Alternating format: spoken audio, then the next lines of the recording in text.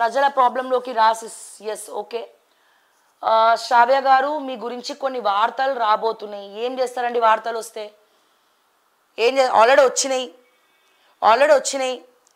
Yes డెఫినెట్గా ఒకవేళ శ్రావ్య characterless అంటే అనుకోని శ్రావ్య 10 మందితో తిరుగుతుంది అంటారు. అంతకుమించి ఏమంటారు? నేను ఆల్రెడీ చెప్పిన, చాలాసార్లు చెప్పిన, మార్నింగ్ న్యూస్లో చెప్పిన, ఒక అమ్మాయిని ధైర్యంగా ఎదుర్కోలేనటువంటి చాతగాని దద్దామలే అన్ని రకాలుగా. ఇప్పుడు నేనేమంటున్నా, రేవంత్ రెడ్డి గారిని కావచ్చు, లేకపోతే అందరు రాజకీయ నాయకుల్ని కావచ్చు, ఏమంటున్నా, ఎస్ నాకు డెఫినెట్గా నాకు దమ్మున్నది, అరెస్ట్ చేస్తే చేసుకో, ఏం పీక్కుంటో పీక్కో అని చెప్పి ఒక అమ్మాయి వచ్చి ఇట్లా మాట్లాడుతున్నప్పుడు వాళ్ళ ఈ గోల్ హట్ అయితే వాళ్ళు ఇంతకన్నా ఏం చేస్తారు? శ్రావ్య మంచిది కాదు, శ్రావ్య ఒక క్యారెక్టర్లెస్, 10 మందితో తిరుగుతారు అంటారు. నేను దానికి కూడా మెంటల్గా ప్రిపేర్ అయినా అంటే అననియండి. ఎస్ నేను మంచిదాన్ని కాదు, నేను 10 మందితో తిరుగుతా, దాంట్లో తప్పేముంది? అది నేను తిరిగితే తిరిగినా. ఇంతకన్నా ఏం చేస్తారు? ఆల్రెడీ వీడియోలు చేసిర్రు, ఇంతకన్నా ఏం చేయలేరు బాస్. ఇంతకన్నా ఏం చేయగలుగుతారు? ఇప్పుడు నాకు ఫ్యామిలీ ఉంది, మా రిలేషన్స్ ఉన్నారు, నా ఫ్రెండ్ సర్కిల్ ఉంది. సో వాళ్ళకి తెలుసు వాట్ ఐఎమ్ అనేది, వాళ్ళకి తెలుసు. ఓకే, సో చాతగాని దద్దమ్మలు నా స్టాఫ్ను కొనుక్కున్నారు, అందరిని తీసి పడేస్తున్నారు ఇప్పుడు. ఓకేనా? సో మళ్ళా ఫ్రెష్గా స్టార్ట్ చేస్తా. 0 నుంచి ఇక్కడ దాకా వచ్చిందని మళ్ళా ముందరికి వెళ్ళడానికి నాకేం భయం లేదు. నేను అన్నిటికీ మెంటల్గా ప్రిపేర్ అయ్యే రంగంలోకి దిగిన. మీరు ఎవరో తెలియదు, వెనకాలండి మాటికి మార్నింగ్ లైవ్లోకి వచ్చి చెప్తా ఉంటారు, సంతోషం. కానీ ఎవరో చెప్పరు, ఏదో భయపెట్టే ప్రయత్నం చేయాలని పెడతా ఉంటారు. సో ఆల్రెడీ నా మీద చాలా వీడియోలు చేసినారు. ఓకేనా? నా మీద చాలా వీడియోలు చేసినారు. నేను కేసులు పెట్టినా లీగల్గా నేను ఎదుర్కొంటున్నా. ఓకే, సో లీగల్గా ఎదుర్కొంటున్నా. అవి కోర్టులో ఉన్నప్పుడు కూడా నేను దాని గురించి డిస్కస్ చేయలేను కూడా, చేయొద్దు కూడా. ఓకేనా? సో ఇవన్నీ కూడా నడుస్తూ ఉన్నాయి. సో ఏదైనా సరే ధైర్యంగా ఎదుర్కోవడానికి రెడీగా నేను ఉన్నా. సో బరాబర్ నన్ను క్యారెక్టర్లెస్ అనుకున్న వాళ్ళు అనుకోండి, తప్పేముంది? ప్రజలు ఏమనుకుంటున్నారు అనేది నాకు ఇంపార్టెంట్. లేకపోతే ఇంకేమైనా బయట పెడతారా? బయట పెట్టండేమో, వాళ్ళు నా బెడ్రూమ్లోకి వచ్చి ఏమైనా వీడియోలు తీసిండ్రేమో, లేకపోతే నా మా ఇంటి సీసీ కెమెరాలు వాళ్ళ యాక్సెస్లోకి తీసుకొని వాళ్ళు ఏమైనా సృష్టించిండ్రేమో. ఎన్ని జరగట్లేదండి. ఏమవుతుందండి? ఇంతకన్నా ఏమవుతుంది? ఏం కాదు. అన్నిటికీ తెగించినా, నేను అన్నిటికీ రెడీగా ఉన్నా. ఏం పిక్కుంటారో పిక్కోండి, ఏం చేసుకుంటారో చేసుకోండి. ఓకేనా? సో ఇది మాత్రం శ్రావ్య ఇక్కడ. నేను కూడా ఏమాత్రం తగ్గేదే లేదు. 100 మంది ఒకేసారి వచ్చినా సమాధానం చెప్పగలేటువంటి ధైర్యం నాకున్నది, ఆత్మస్థైర్యం నాకున్నదని నేను మరొక్కసారి తెలియజేస్తున్నా. ఎస్ శ్రావ్య మంచిది కాదు, అఫ్ కోర్స్ మంచిది కాకపోతే మంచిది కాదు. ఈమె 10 మందితో తిరుగుతుంది. ఎస్ 10 మంది. ఇప్పుడు ఒక అమ్మాయిని అందరితో ఇంటర్వ్యూలు చేయాల్సి వస్తుంది, అందరితో మాట్లాడాల్సి వస్తుంది. మాట్లాడినంత మాత్రాన వాళ్ళతో సంబంధాలు ఉన్నట్టు కాదు, మాట్లాడినంత మాత్రాన నేను క్యారెక్టర్లెస్ కాదు. ఇంతకన్నా ఏం చేయగలుగుతారండి? ఒక ఆడపిల్ల మీద ఒక సమాజంలో వచ్చి అబ్బాయిలు కూడా చేయలేనటువంటి వీడియోలు నేను చేస్తున్నానంటే డెఫినెట్గా నేను గర్వపడుతున్నా. సో వాళ్ళు ఓర్వలేకపోతున్నారు. ఓర్వలేక చాతగాని దద్దమ్మలు గాజులు వేసుకొని, ఇప్పుడు ఫర్ ఎగ్జాంపుల్ నేను చెప్తున్నా, హైడ్రా సమయంలో, ఇప్పుడు టాపిక్ మీరు తీసుకొచ్చారు కాబట్టి నేను చెప్తా ఉన్నా, హైడ్రా సమయంలో రెడ్లకుంట చెరువులో రెడ్డి గారి ఇల్లు అంటే తెలంగాణ ముఖ్యమంత్రి ఇంటికి పోయి నేను, ఇది రెడ్లకుంట చెరువులో ఉంది, మీకు నిజంగా రేవంత్ రెడ్డి గారు చిత్తశుద్ధి ఉంటే సామాన్యుల ఇళ్లలో మీరు బుల్డోజర్ పెడుతున్నారు కదా, కొడంగల్లో ఉన్నటువంటి మీ ఇంట్లో కూడా బుల్డోజర్ పెట్టండి, స్వచ్ఛందంగా ముందరికి రండి అని చెప్పి ధైర్యంగా అక్కడికి పోయి చేసిన బాస్. నేను ఎవరిని లెక్క చేయలే, ఎవరిని కేర్ చేయలే. దట్ ఈజ్ శ్రావ్య. అంటే మగవాళ్ళు చేయనిది కూడా నేను పోయి చేస్తున్నానంటే డెఫినెట్గా క్యారెక్టర్లెస్ అనే మీరు చిత్రీకరించాలి. ఇంకేం చెప్తారు? ఎవరిని పైసలు అడుగుతలేను. ఆ నీలం మధు ఒకటే ఫోన్లు, నీలం మధు. ఎందుకంటే ఆర్టీఐలు వేసినాం మా చిట్కూల నుంచి, నెక్స్ట్ ఇప్పుడు ఈడీకి కంప్లైంట్ ఇస్తా ఉన్నాం. వేణుగోపాల స్వామి టెంపుల్ ఆలయం భూములన్నీ కూడా అన్యాక్రాంతం చేసి మింగేసిండు. ఆ చిట్కూల్లో అన్నీ కూడా ఇక పోయి ఆ రేవంత్ రెడ్డి చెవులు కొనుక్కుంటే వీడియోలు పెడతాడు, పంగనామాలు పెడతాడు ఏదో ఒక రోజు రేవంత్ రెడ్డి. ఈయన రెడ్డిల దగ్గరకు పోయి రెడ్డి అని చెప్పుకుంటాడు, బీసీల దగ్గరకు పోయి బీసీ అని చెప్పుకుంటాడు. ఓకే, సో ఇటువంటి వాళ్ళందరూ వచ్చి ఇక పుట్టా మధు, ఆయన ఆల్రెడీ డిఫర్మేషన్ వేసినాడు, లీగల్గా ఫైట్ చేస్తాం. ఇంకా పుట్టా మధు గారికి తెలియనటువంటి విషయం ఏంటంటే, ఎవరో చెట్టు కింద ఉన్నటువంటి అతనితో పెట్టిండు, కానీ అతనే అడ్డంగా బుక్ అయ్యాడు. ఆల్రెడీ పుట్టా మధుకు సంబంధించినటువంటి కేసెస్ కోర్టులో ఉన్నాయి. ఆల్రెడీ పుట్టా మధు గారికి సంబంధించినటువంటి కేసులు కోర్టులో ఉన్నాయి. సో అడ్వకేట్లు అందరూ కూడా తోటి అడ్వకేట్లను చంపేసినప్పుడు, నడి రోడ్డు మీద చంపేసినప్పుడు అడ్వకేట్లు అందరూ కూడా నల్ల బ్యాచ్లు వేసుకొని ధర్నాలు చేసినారు. ఇప్పుడు ఆ కేసు సిబిఐకి ఇవ్వాలని చెప్పి రాష్ట్రంలో కూడా ఇంటర్నల్గా ఆలోచిస్తున్నారు. సో మొన్న ఎలక్షన్స్లోనే హామీలు ఇచ్చినారు. సో మా అంటే ఏం చేస్తాడండి పుట్టా మధు, నన్ను కూడా వాళ్ళ మేనలుడో లేకపోతే ఇంకోడో వచ్చి రోడ్డు మీద పోతే తల నరికేసినట్టు నరికేస్తాడు. కానీ నరుక్కుంటూ కూర్చుంటే నేనేమి ఆడపిల్లని కాదు, ఆది పరాశక్తిని తొక్కుకుంటా పోతా. ఎందుకంటే పుట్టా మధు గారికి మరి చాలామంది ఉన్నారు, బీసీ నాయకులు నన్ను ఇష్టపడేవాళ్ళు, నాతో మాట్లాడేవాళ్ళు బీసీ ప్రజలు ఉన్నారు, బీసీ నాయకులు చాలామంది ఉన్నారు. మరి ఆ పుట్టా మధు ఏదో అన్ననట, ఆయన డిఫర్మేషన్ వేసిండు. ఓకే, మేము కూడా దానికి రిప్లై ఇస్తున్నాం. కానీ ఇక్కడ పుట్టా మధు నా మీద డిఫర్మేషన్ వేసి అడ్డంగా బుక్ అయింది ఎవర్రా నాయన అంటే పుట్టా మధే. పుట్టా మధుతో కేసు వేయించింది ఎవరు?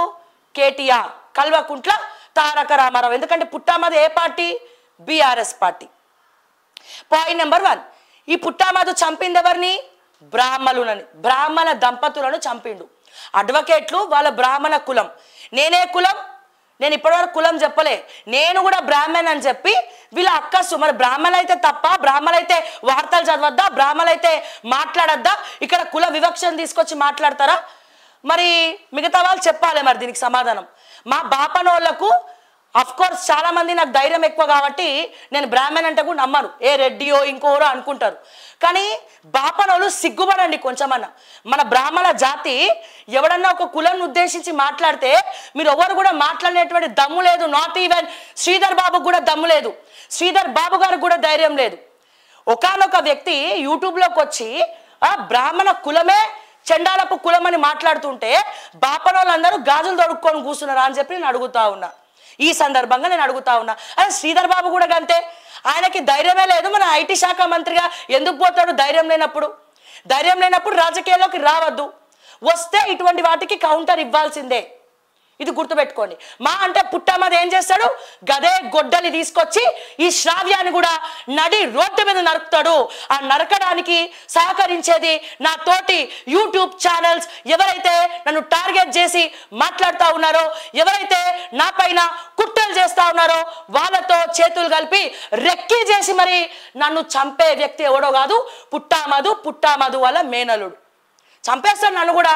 ఆయన బ్రాహ్మణులను చంపడమే పెట్టుకున్నాడు. ఆయన చంపేసాయి, నువ్వు అడ్వకేట్లను చంపు, నువ్వు బాపరోళ్ళని చంపు, నీ గురించి ఎవడు మాట్లాడితే వాళ్ళని చంపు. నువ్వు చంపితే కేటీఆర్ కూడా హ్యాపీగా ఫీల్ అవుతాడు.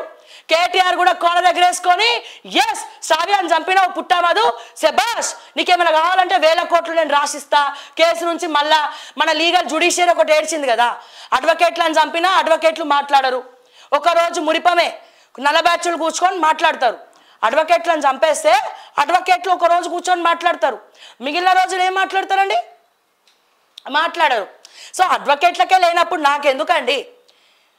బ్రాహ్మణ గర్జన అంట ఇప్పుడు చేస్తున్నారు. దానికి మళ్ళీ పెద్ద పెద్ద పోస్టర్లు వేసి శ్రీధర్ బాబు ముఖం పెట్టి ఆ శ్రీధర్ బాబు స్పెషల్ గెస్ట్ వస్తున్నాడని పిలుస్తుండు. ఫస్ట్ ఎవడైతే మాట్లాడుతున్నాడో నేను చెప్పేది ఏంటంటే, నేను ఈ కులాలను మతాలను నేను నమ్మనండి. ఎందుకంటే అన్ని కులాలలో మంచోళ్ళు ఉన్నారు, అన్ని కులాలలో చెడ్డోళ్ళు ఉన్నారండి. అన్ని కులాల్లో ఉన్నోళ్ళు ఉన్నారు, అన్ని కులాల్లో లేనోళ్ళు ఉన్నారండి. అన్ని కులాల్లో మిడిల్ క్లాసులు ఉన్నారు, అన్ని కులాల్లో మిడిల్ క్లాసులు ఉన్నారండి.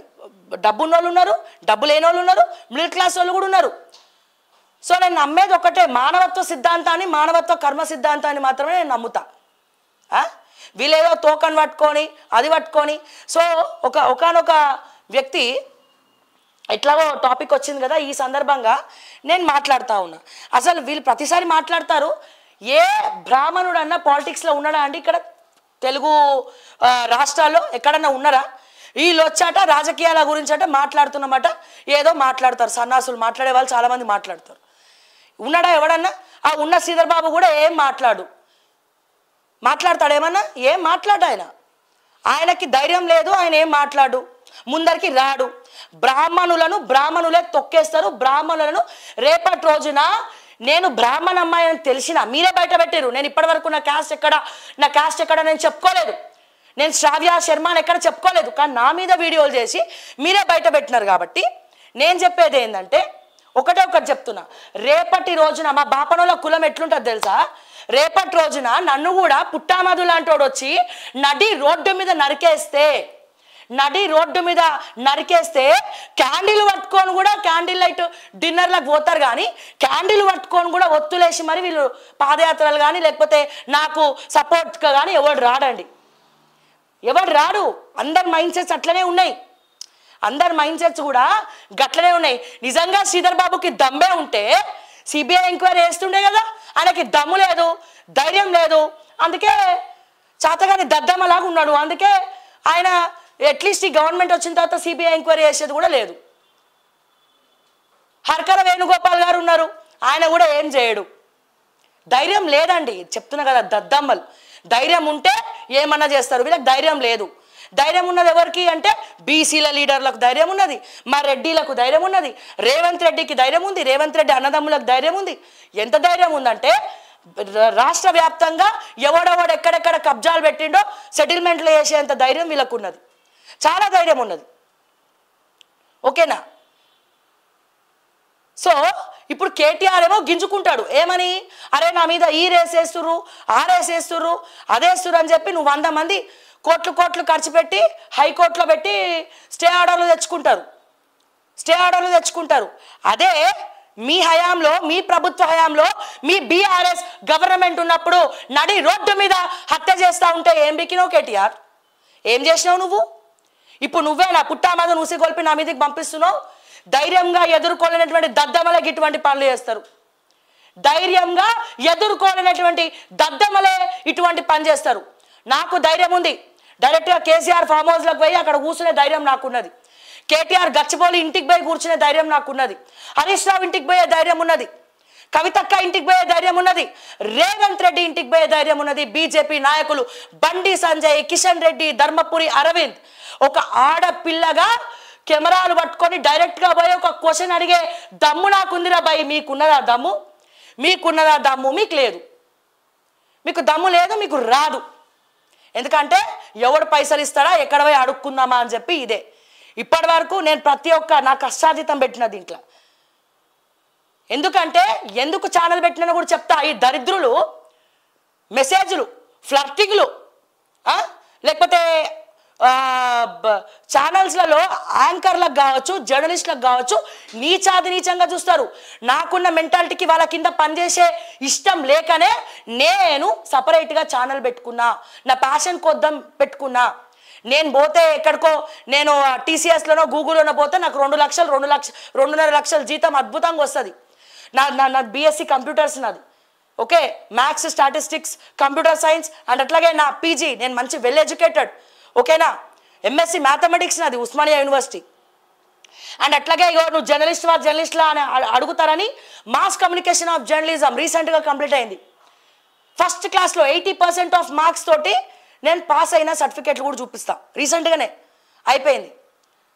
ఓకే, ఛానల్ తీసేస్తే ఇంకో ఇయర్ కోత, ఉద్యోగం చేసుకుంటా, గూగుల్లో పనిచేస్తా, లేకపోతే అమెరికాకి వెళ్ళిపోతా మా అన్నయ్య దగ్గరికి, యుఎస్కి వెళ్ళిపోతా, యూకేకి వెళ్ళిపోతా, ఇంకెక్కడికన్నా పోతారా. కానీ నాది భారతదేశం. నేను ఒక ప్యాషన్తో ప్రజల పక్షాన పనిచేద్దామని మెంటల్గా ఫిక్స్ అయిపోయినా. నాకు కూడా కొంచెం తిక్కున్నది, దానికి కూడా ఒక లెక్కున్నది. రోయ్, ఎవ్వడేం చేసినా నేను ఇక్కడ నుంచి కదలను. అవసరమైతే రోడ్ల మీద అడుక్కదినన్న ఛానల్ నడుపుతా. మీరు ఎన్ని రకాలుగా ఇబ్బంది పెట్టినా, పుట్టామధు ఇంకొక గొడ్డలు తీసుకొచ్చి నా తల నరికేసినా సరే గర్వంగా వెళ్ళిపోతా పైకి. అర్థమైందా? చాలా గర్వంగా కాలర్ ఎగరేసుకొని ఒక ఆడపిల్ల బెల్లి లలితని నరికిండ్రు. ఏం చేసిండ్రు? చిరస్థాయిగా విగ్రహాలు పెట్టుకొని బెల్లి లలితని పూజిస్తున్నారు. నేను కూడా అంతే, నన్ను నరికేస్తే నేను కూడా ఎక్కడికో పోతా.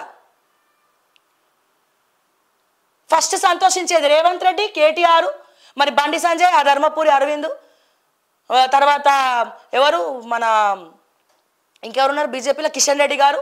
వాళ్ళు హ్యాపీగా ఫీల్ అవుతుండొచ్చు. అర్థమైందా? ఇవ్వండి, సుపారీ ఇవ్వండి.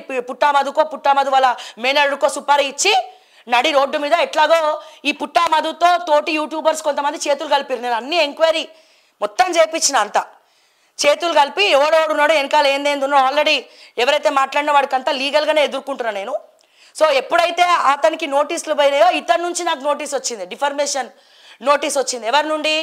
పుట్టామధు నుండి. ఓకే టీవీకి పలానా శ్రావ్యకి ఈ హత్య కేసు గురించి మాట్లాడిందని చెప్పి. ఆయనకు అర్థం కానటువంటి విషయం ఏంటంటే అతని గొయ్యిని అతనే తవ్వుకున్నాడు.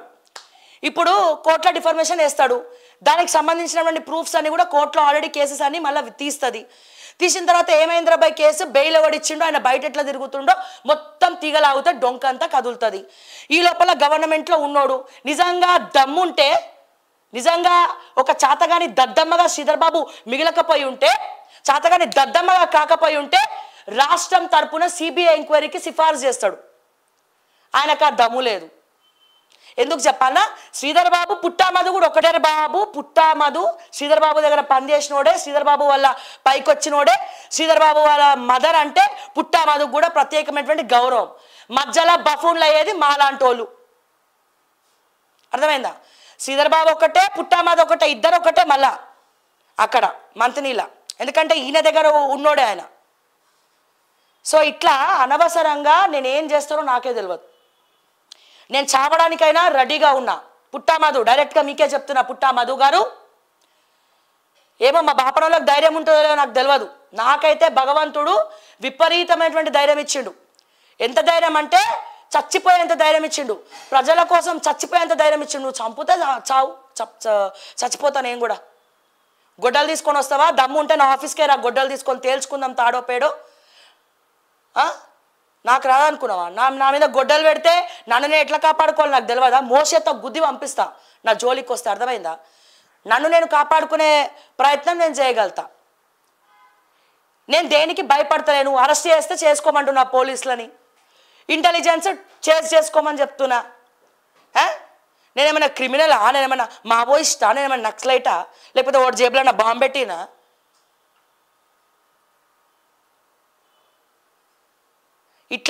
ఇట్లా ఉంది. సో అందుకే నేను కూడా లీగల్గానే వెళ్తా. డిఫర్మేషన్ పంపించి అనవసరంగా ఇరుక్కున్నాడు పుట్టామధు. నాకు మాత్రం చాలా సంతోషంగా ఉంది. ఓకేనా? సో ఇంకోసారి క్యాస్ట్ తీసుకొచ్చి అడ్డమైన మాటలు మాట్లాడితే మాత్రం ఖబర్దార్.